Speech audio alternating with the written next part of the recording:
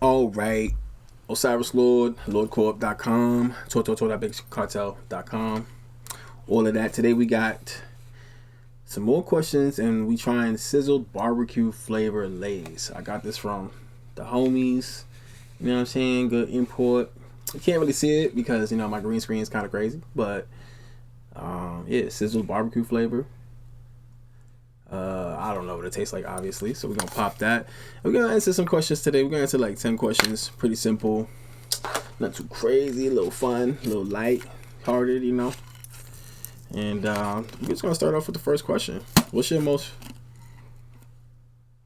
play? Oh, this is cool. We got like a little, I need to do this in America. Oh. What's your most played song? I mean, it don't really look like nothing. I can't really tell. So, but it literally just looks like regular Lays. What's your most played song? First, I'm gonna answer this question and then I'm gonna try it. All right. I think my most played song. I listen to a lot of music. If you know me, I listen to so much different type of music.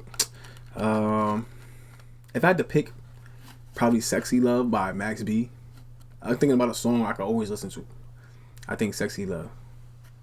Well, at first I caught you creeping, wasn't even cheating, it hit the people and bleeped them. Yeah, that's my anything Max B. That's the easiest thing.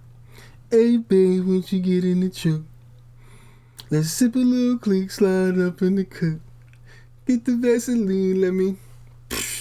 It ain't that serious.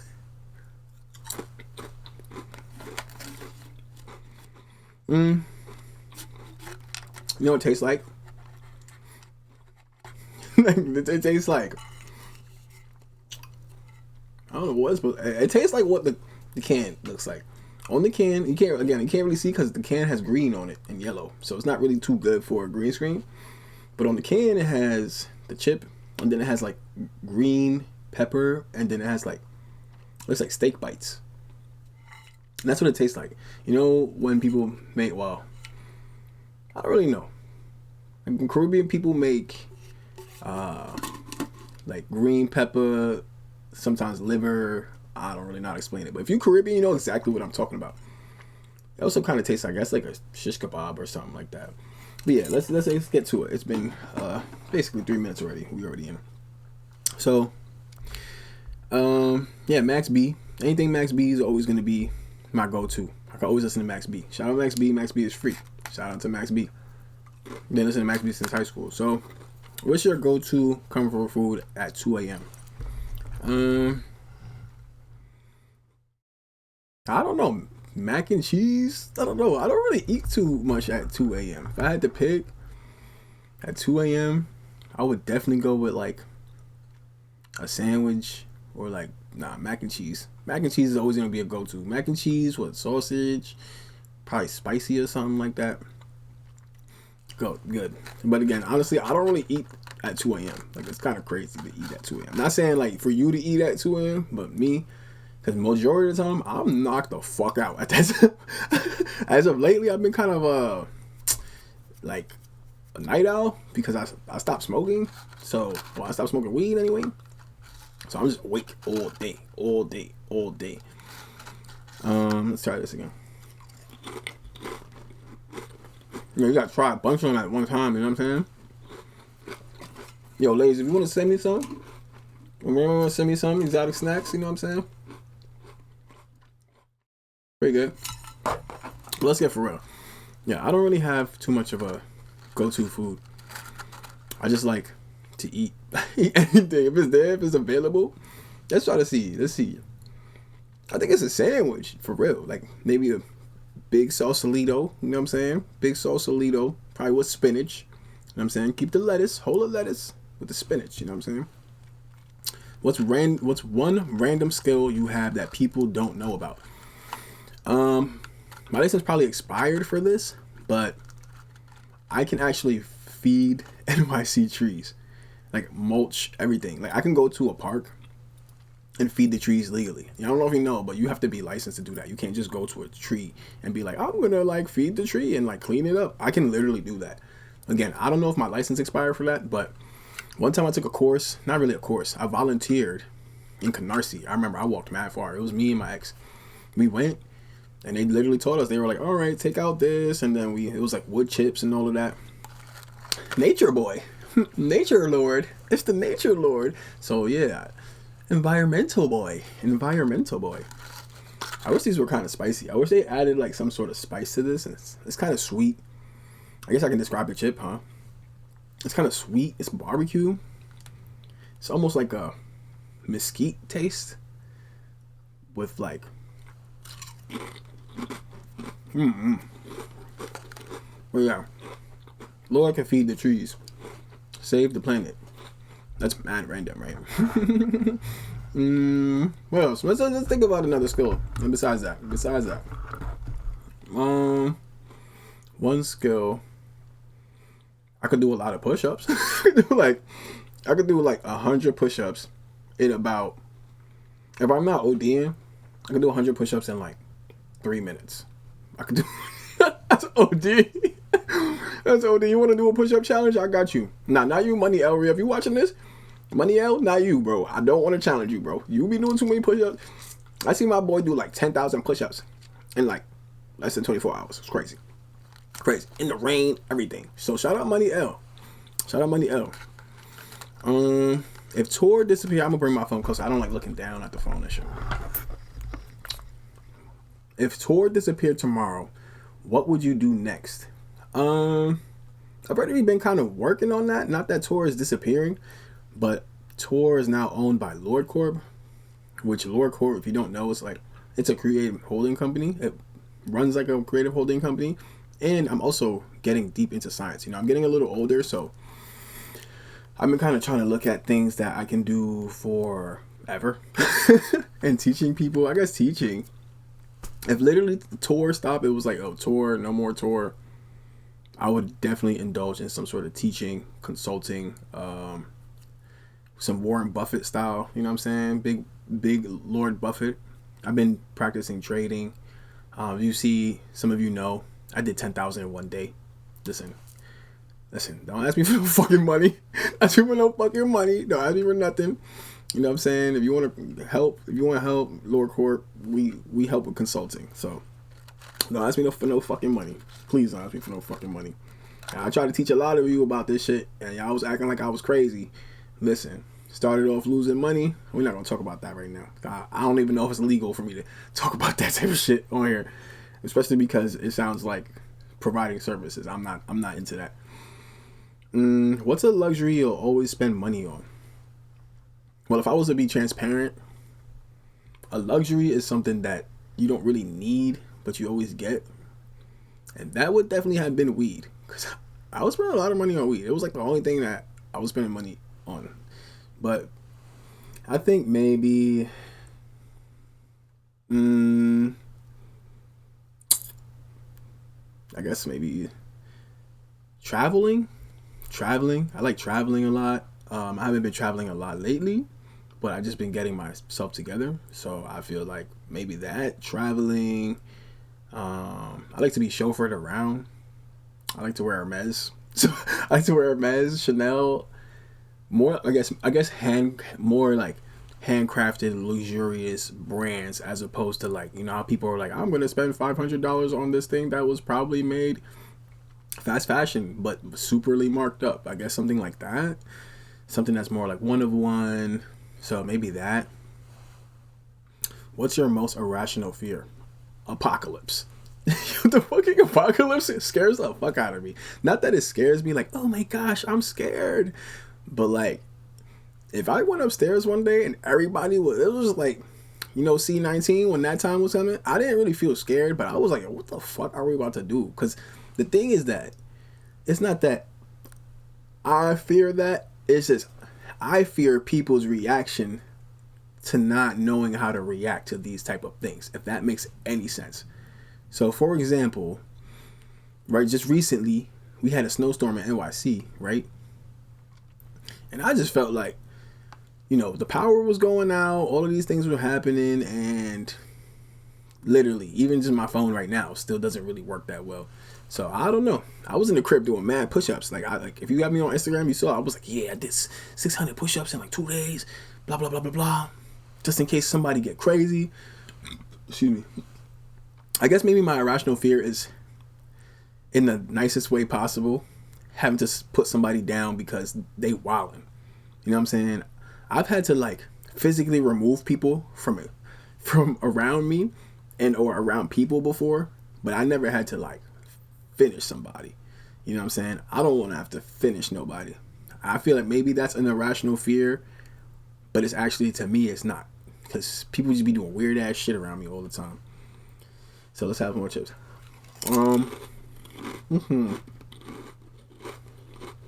Now, what's your toxic productivity habit? Shit talking. I love shit talking. Talking shit is my fucking like just competition. This is competition. It just drives me crazy. Like, I could be in the house all day doing nothing, but the moment somebody makes me feel like they're trying to one up me, not necessarily like, yo, one up, like, like, so some people have more skills than you. I'm not like, yo, this guy has more skills than me. No, but once you try to intentionally make me feel like I can't do what you do, and again, a lot of people know this about me. For example, I wanted some boots. Somebody did a raffle thing. They wasn't honest about it. What did I do? 1 hour later, I was making my own boots. I was dyeing my own, like tie-dyeing my own boots. I already knew how to do that skill.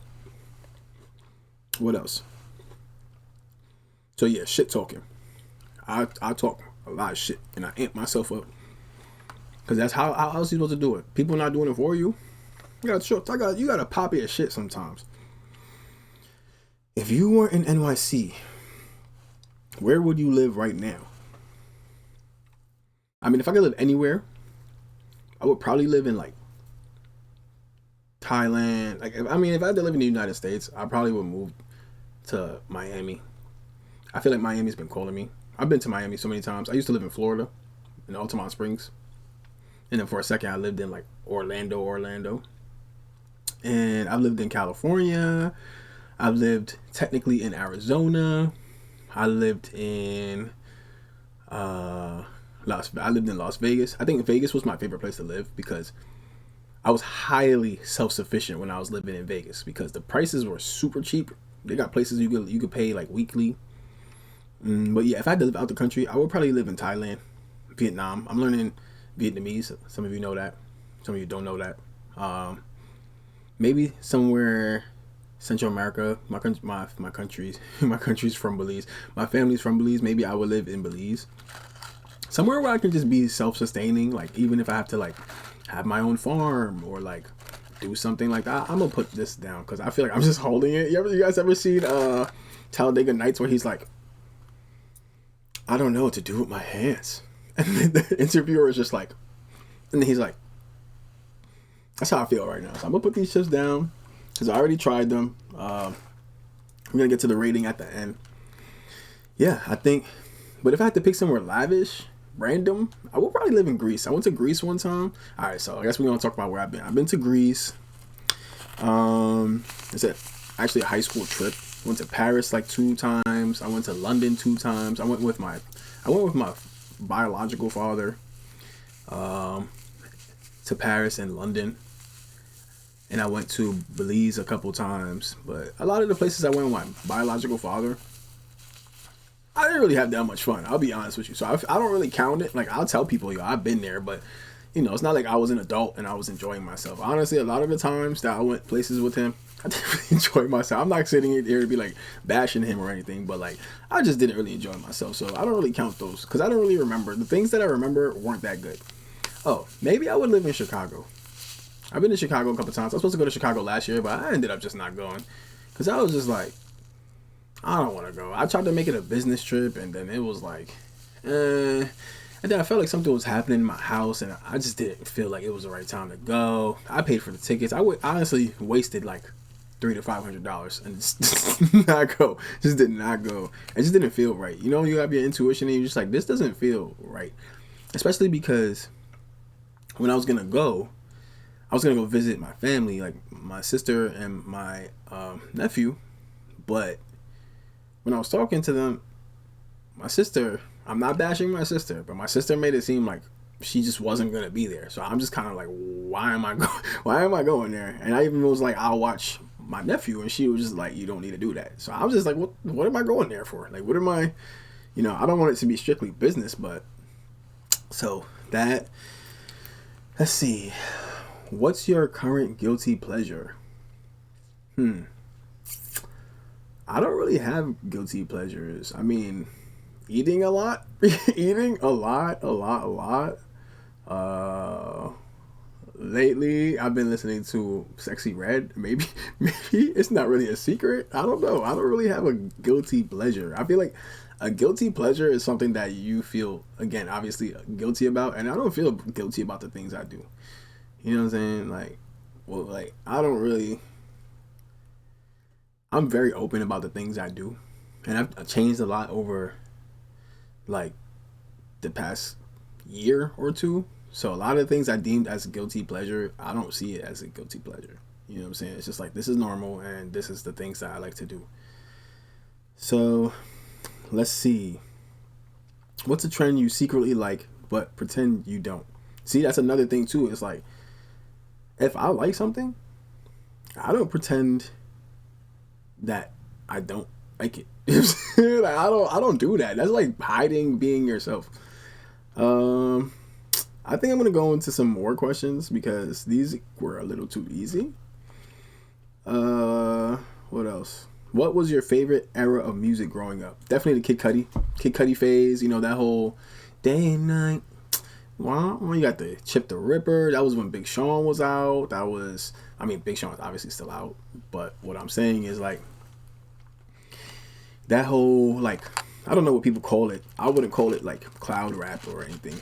But, like, that whole dreamy, like, stoner music, I guess maybe. It was more free. It was, like, fashion, swag, Bape, Kanye, like, that era. Might be showing my age a little bit, but that's my favorite era. And I guess if I had to pick something else besides that, maybe when I first learned about Max B, like Dipset, well, not Dipset, but like Max B, I don't know.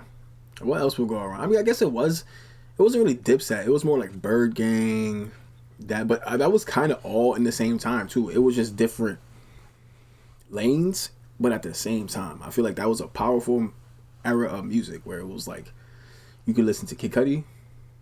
See, then even Jim Jones was remixing Day and Night. You see what I'm saying? It's literally the same. Jones. It's all the same thing. I don't want to sing it because I don't know if I'm gonna get copyright. But aside from those, maybe to be for real, I used to dance a lot. I still dance. If you know me, I still dance a lot. But like, the Shotzi phase where it was like Busy Signal and running around the city, going to Canarsie dancing, going to people's towns and battling them. That was fun. That was a fun time. Like, flexing and all that. Willie Bones. Yeah, that was a good time. Let's see. What was your first dream job? I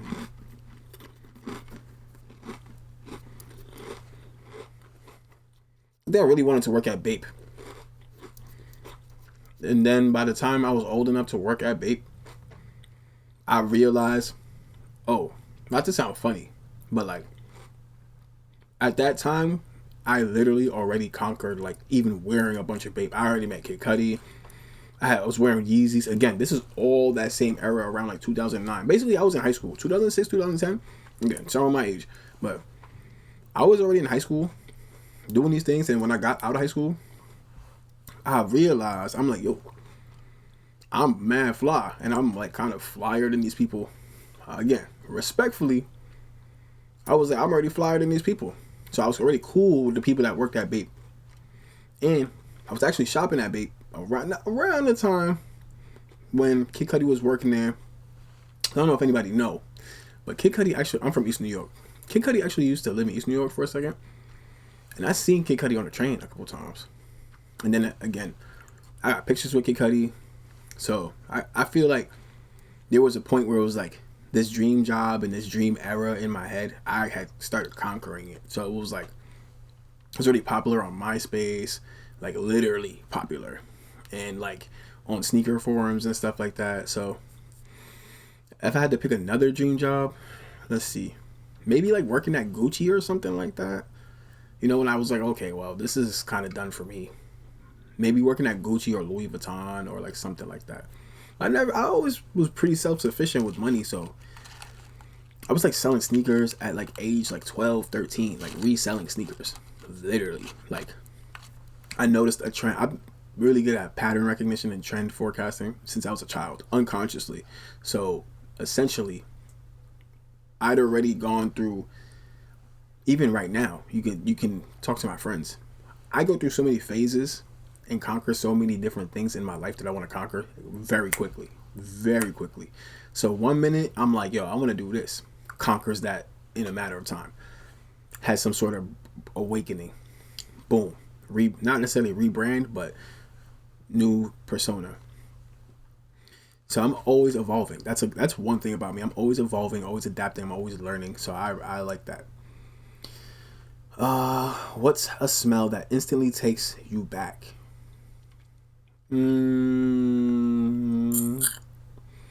Probably any sort of like Caribbean food.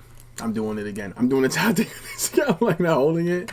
It's not that these aren't good. It's just like when I was eating. Oh, actually, I have it right here. When I was eating these spicy chips, I kind of wanted to get through the questions because these were good but they were spicy. This is sweet and it's like this is good, but I have no interest in like eating a bunch of these.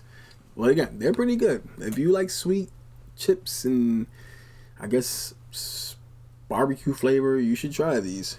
Or whatever. Again, these are the Sizzled Barbecue Flavor. I just wish they had some sort of pepper on them. And I'm not going to put pepper on them because that's not how they came. But maybe after. But after, I might put pepper on. These are pretty good with the sandwich. These taste like something that you like have on the side with something, if that makes sense. Whereas I'm not going to show those again because those aren't Lay's. So I just realized that. These are something you have on the side. Like I could eat a sandwich with these. That's just kind of like, oh, I'm gonna eat this. Yeah, so maybe like some sort of bread. Yeah, my family's from Belize, so maybe any sort of Belizean traditional dish or something like that. That's kind of what reminds me of that. I guess takes me back. There's not really much that takes me back. Essentially, I might be like, yo, this smells like this, and it reminds me of this, but it's not something that's like, oh, I'm nostalgic. Who believed in you before you believed in yourself?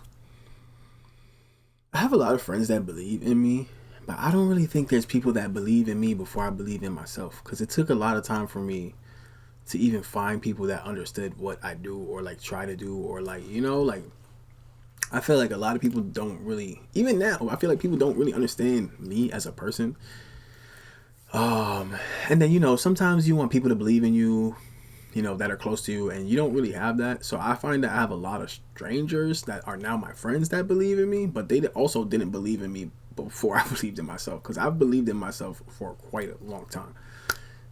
I just told you I was selling sneakers at like 12, 13 years old. I was like literally on a forum selling sneakers to people, doing all these things. So, it's not really much I could say.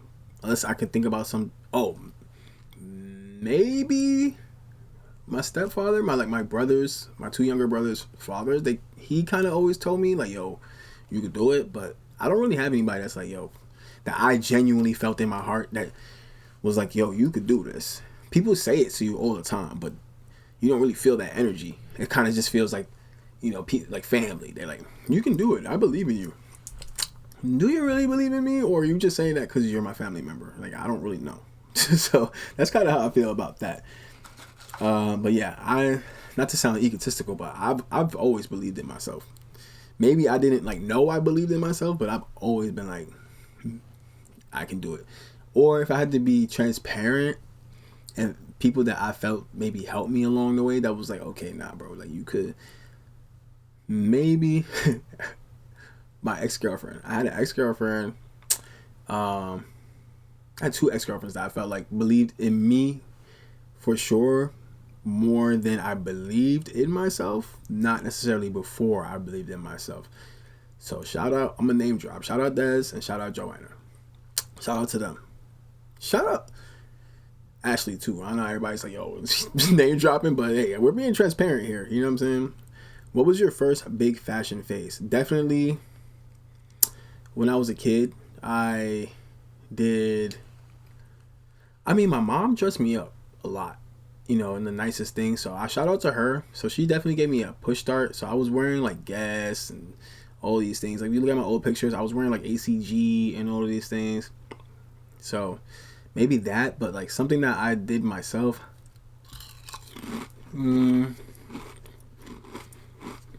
Probably when academics was heavy and people was wearing Air Forces, pink hats, pink tees, Kanye swag, Cameron swag. That's when I was really like, okay, I want this. I think the first Jordans I attempted to buy by myself was the Bright 13s. I literally went to Chicago. I tried to double a trip. I tried to go to Chicago. I'm like, yo, I can't get these in New York. And this is great box, like Jordan Face. Like I'm not talking about like something that came out 2010s or some shit. I'm talking about like when the Bread 13s came out. I don't know what year, maybe 2003, 2004, whatever year that was.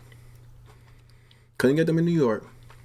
And shout out to my mom. My mom literally gave me the money. She was like, yo, get to Chicago. If you see the shoes. Because she was kind of like, okay, like you're the age where you're like, I know you want what you want. So there was no more like, get these sneakers. I mean, like I said, she always had me in nice sneakers and I was getting Jordans and stuff. But this is when I was like, no, I need that. Like, I need that. My friends didn't influence me. I was like, I need it. Like I had so many 13s, but I just literally didn't have those. So I think maybe that was my first phase. And then after that, and again, that was like, I don't know what year necessarily, but I know that when I was in 7th, I was icy, bro. I was wearing Bape since literally 8th grade. So like that could tell you, I was wearing Bape and Prada. It was literally, it was because I was in the hood. The hood was dressing up. You know what I'm saying? We was wearing True Religion with like Pradas. Like I had these icy black suede Pradas. Beautiful. I had so many pairs of Pradas when I was a kid, bro. It was insane. It was. I'm not even like trying to flex. It was just like I already conquered a lot of fashion stuff by the time I got into high school. So when I got into high school, it was already like people was looking at me like, yo, what is going on with this kid? Like I already knew Bape. I had people questioning. There was one dude, two dudes. Matter of fact, I don't even remember his name, but he came to school, and these are my favorite Bapes. I actually just posted these on Instagram the other day. There were these gray and green, and they had gray and green. They had gray and yellow. I think Cassidy. It was honestly for me personally, it was like Pharrell was out. He was like, "Can I have it like that?" and all of that stuff. But I think Cassidy had a pair of Bapes, so people in my hood had them. And shout out to my homie Duval. Duval's brother had these gray and yellow Bapes. Crazy. And I started seeing Bape a little bit more. And then my mom got me a Bape tee. It was, I can tell you, it was this white shirt, had the mummy on it. Fire. Fire. Fire. I love that shirt. I wish I had that shirt still. If I can find that shirt, I'll get that shirt. But yeah, I went into high school wearing Bape. I didn't have Bape sneakers, but I had Pradas, I had True Religion, I had a bunch of stuff. So, man, I wish I had all that stuff. You would be like, yo, what was you on? Like, I was on the internet, I think. I was just on the internet and looking at, I was watching anime. We're going to speed this up a little bit. I was watching anime. I started seeing a bunch of things. So I kind of got into Japanese culture, and then I saw Pharrell, and then it was more like, okay, this is more colorful. And then I got into like Kanye's swag with the haircut, with the sides. Yeah, I went that route with the Fresh Prince hat. You know what I'm talking about. If you know what I'm talking about, then shout out to you. So let's go to the next question. What's a city or place tied to a core memory? Greece. I love Greece. Anytime I see Greece, Mykonos specifically, I just have a field day in my brain. I have so many pictures in Greece. Again, that was like, I went to Greece and I had Yeezys on. It was like I had Yeezys on. I was climbing mountains. I was literally climbing volcanoes wearing Yeezys. Insane. Literally insane. Like, it was just so crazy. I was wearing like American Apparel already. I was like doing all these things. Shout out to that Mykonos, Greece. I just had such a good time. I just had a good time. It was like I had never really seen a place where it was like the sky was blue, food is good, people are nice. Like, you know, I was used to being in the hood from East New York, so it was like I've seen all these things. I'm on a cruise. I'm going to these different places. I still actually have a chain that was made from volcanic rocks and it was painted. I still have that chain. It's really nice. It was like, if, you know, I think Lil B might have been out at the time too. So, well, see, I'm pretty sure he was out. So I kind of was like, oh, this is the bass swag. This is the bass swag. What did younger you think adulthood would be like? I think I just grew up so fast that it was just like I was already living adult life. Like I was going to DJ school. I went to Scratch DJ Academy. Literally when I was like in 6th grade, 7th grade. So I always tell people I was already going to West 4th Street doing certain stuff like that adults would do. Like I was literally in DJ school by myself with a bunch of adults. So I literally like went to Scratch Academy. Like that's why I like music and DJing so much. I love music. I have such a big arsenal of music in my head. But if I had to answer that directly, I don't really know. I'm still trying to figure it out. I'm still trying to figure out what adulthood is like because I just grew up so fast that every time I'm just like, I conquered this. I did this. I did that already. I did this. I want to do money stuff. Makes $10,000 in one day, and I'm not really trying to flex. It's more like I conquered this already type of thing. What's something you miss about being broke? What's something you miss about being broke? That what a question. How do you just put me? How do you expose me like that? Okay, so when I was broke and or homeless, I felt like I found a way to make everything. I still find ways to make things happen, but there's more of a freedom. It felt less like I have to help people. Not that I don't want to help people, but it was like I can't help nobody. Now it's like every other day I gotta help somebody, and it's not like financially. It's just like I have responsibilities. So it's like even if nobody places this responsibility on me, I, as a man, have to take care of these responsibilities. Two, as a humanitarian, people don't really view me like that because people think I'm so aggressive and angry. But again, I'm not like that. I just don't like being disrespected, and I don't like when people play me for a fool, and I don't like, you know, that whole spiel. I'm not gonna go down that because it's gonna turn me into a different person. But you know, I feel like when people start to view you or pocket watch and all these things, they start to treat you a certain way, or they think you're acting a certain way, and they expect you to do certain things, or just like, oh well, he has it, so let me just start acting fucking funny towards him and all these things. Meanwhile, it's like if I was like broke, quote unquote, people wouldn't expect much of me. You know what I'm saying? So, well, also just the freedom. You know what I'm saying? The freedom of just like doing whatever. What was your first I made it moment? I think when I started tour. And I started actually networking. And it wasn't networking to me. It was just like, oh, this person's gonna wear my brand. I can make a product or I can make a thing that I like and give it to somebody, and they're gonna like it and they're gonna wear it. So I think Tiana Taylor wearing tour, literally messaging Tiana. I messaged Tiana Taylor at like 11 p.m. and she was like, yo, I fuck with your shit. We got mutual friends, so I trust you. But she told me, she was like, yo, tomorrow I'm literally going to LA to sign with Good Music. She literally was going to LA to sign to Good Music. I don't remember what she even did with Good Music, but she literally was like, if you come to Harlem right now, bro, I got up. I was honestly kind of scared. I'm like, yo, she wouldn't come all. It was like 125th and St. or whatever. Honestly, I ain't from Harlem. I'm from Brooklyn. So I just remember her saying some place that involved me taking the number train, and I was just like, oh man, this is creepy. So then I still got a picture. I'm gonna find that picture, but I went to Harlem, all the way to Harlem, like 1 o'clock at night. I got to Harlem like 2 a.m. Got her, gave her a bundle. Here you go, boom. Then next thing I know, and this is when Instagram first started. So this is how Instagram had just started. I didn't even have Instagram. I didn't even know what an Instagram was. But my homegirl Yolanda, shout out to Yolanda, Yolanda's like, yo, Tiana Taylor is on this thing called Instagram, and she got your clothes on. And I'm like, oh, shit. The fuck? So I download Instagram. I go on Instagram, and Tiana Taylor. It's funny because I just posted that picture today, too, on my Instagram. I always keep that picture. I love that picture. This is the thing that's like, oh, okay, this reminds me of where I started from. Like, this is it. I don't even have the original picture of me wearing it, but I got a picture of her.